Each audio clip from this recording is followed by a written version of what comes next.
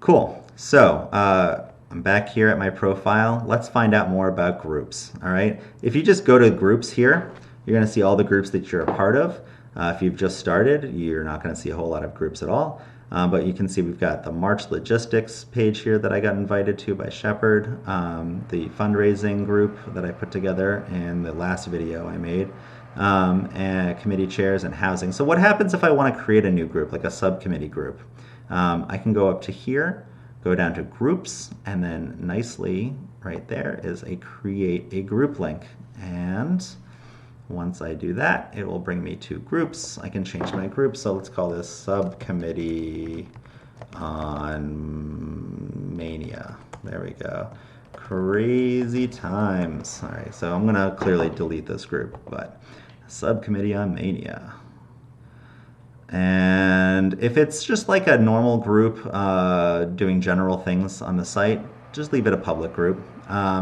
If it is a group like the committee chairs group where we meet every single week and we want to just have a place where we can put our information and talk to each other in between our meetings, you might want to select it as a private group. What's nice about that is it just kind of makes it so that not a lot of other people will necessarily join the group and put anything else up there that's not pertinent to the group, and or it keeps the people that are in your weekly meeting all together in a very snug little package, all right, without inviting and having a lot of other people involved. Like I might make this one a private group. And you can make it so if it's a private group, you trust everyone in the group. Hopefully we trust all of each other. You can just make it so all group members can invite other group members, all right? But if you want to lock it down a little bit more, let's say you're creating a group just for your participants, you want to make it maybe so that only your group admin is able to invite new people to it. So say you're an organizer, you have a number of participants, you've been trying to keep them up to date, you might create a group for them, and please do create a group for them. That will be a good way to kind of hook them into the website, get them on, get them using it. And once they're on the website, they're going to be able to hook into all of our other committees, and they'll also just sort of see general information that needs to be shared with them at all times. So more that they're using the website, the better. So group admins only, maybe for that, and then you can select, this is what's really cool, the email subscriptions. So people can receive a daily digest of all a daily digest of all activity in your group. You can set it to weekly. We've only got like 8 more weeks left, so someone who sets it to weekly is going to be a little bit behind the 8 ball all the time. Daily digest is probably the best.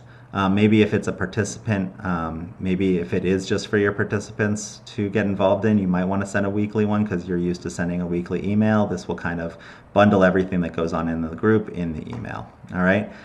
Daily digest for people who are in an active subcommittee. So since this is a subcommittee, I'm going to make it a daily digest. All right, cool. So next step.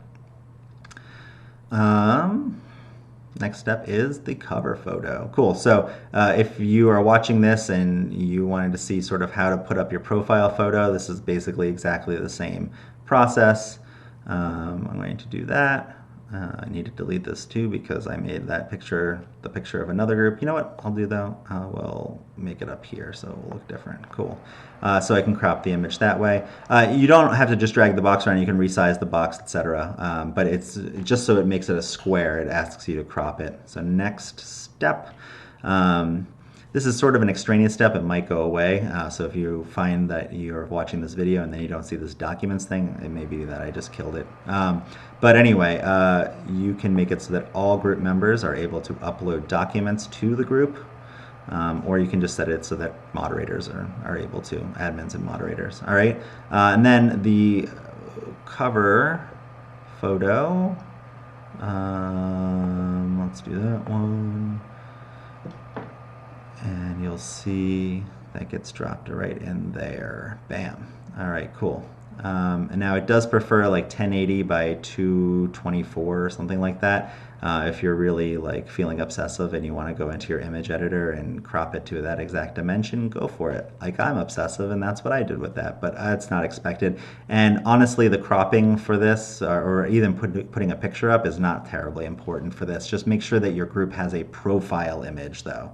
The last one that we put up, the photo. All right, so it's not a profile, but the photo image, make sure that that one goes up, because that will make it really easy for us to sort of sort the groups and make sure that all of the groups are easy to find when we're looking at groups in our own groups. Just make sure there's a photo on there, all right?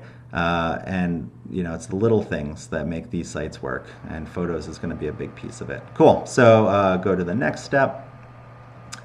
If I don't like it, I can go to delete group cover image. Say it's something I just didn't like it very much. All right, cool. So now I'm in this demo group. I am going to say I want to invite Michael Pollock to this group. There we go. I just invited Michael.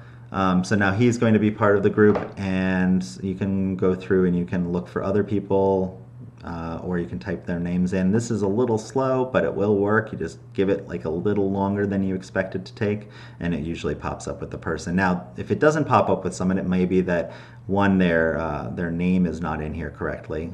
So like Tara, I don't know who Tara's last name is, but just make sure if you put in a name and it doesn't show up, it may be that person's actually not registered on the site. Shock. All right, so I'm going to show you how you can get people involved by having them register on the site later in a second. So I'm hitting finish now to finalize the group. And now I'm in the group and the subcommittee on mania, and I can start posting updates to the group. This group is crazy. All right, and then I can also put in like ats for different people. Say I want to bring John Randolph into the conversation. He's not in this group, so maybe that's not the smartest idea, but you can kind of put the @ symbols right into your group stuff too, like Twitter. All right, so I'm going to post that. Actually, I'm not going to delete it. Let's post it and see what happens. Cool. This group is crazy. All right, so what if I want to send invites to people that are not in the group, all right, or not registered to the site, but they should be, and they should be in the group. If you hit send invites, you're going to be brought back to a screen that looked very similar to that last screen where you were inviting people, but what's different is it says, want to invite someone in the group who's not yet a member of the site? Send invitations by email. And this is great because this will it'll be a little pester to get someone to come and join the website, but also will filter them directly into the group that they belong into as well. So enter email addresses below. You can put 5 people in at a time, and then you can also customize the email that gets sent out. If you find that you want to change this, what I recommend is just copying it after you've edited what you want. And if you have more than 5 people to send an email to, I know it's going to be a little bit of a hassle doing 5 at a time, but you can put in your 5, paste in your customized text, and send another 5. All right. Also, if the people that you're putting in may belong in another group as well, say they're all people who belong in the housing group that I just put in emails to up here, I can click on housing, and then I can also send invites. And so when the email goes out saying, hey, come and join March on Harrisburg's website, it will automatically, once they're registered, shoot them into those 2 groups. Super cool. All right. So that is groups in a nutshell. If you go to here, groups, click on that. Yeah, there we go. This will show you all of the groups you're a part of. And so you can see I'm a part of March Logistics, Fundraising, Committee Chairs, and Housing. That's a nice way to sort of see, and you can sort of see why it's so important to have images here, because it will be a lot easier to sort of visually track, if you're a part of a large number of groups, which groups that you want to go to. Also, it's just pretty. Cool. That's pretty much groups in a nutshell. If you have any other questions, please always feel free to reach out to me. You can tag me at @Sean on here, and I'll get the message. You can private message me on the site, or if you really are feeling old school and you want to email me, my email is sean@marchonharrisburg.org. If you need to contact Michael for some reason, again, you can find him on the site, and that's really the preferred way of doing this, since this is replacing Signal, Slack, and all the other groups that we've been using. For those who don't know what that is or don't understand what I'm talking about, that means that you're joining at the right time when we've got all of this infrastructure in place. And you can reach out to him at michael@marchonharrisburg.org. And if you want a marchonharrisburg.org email address, just let me know. I can set one up for you pretty easily, and I will forward to your private email. If you have any other questions, please feel free to ask, and I hope these videos have been useful.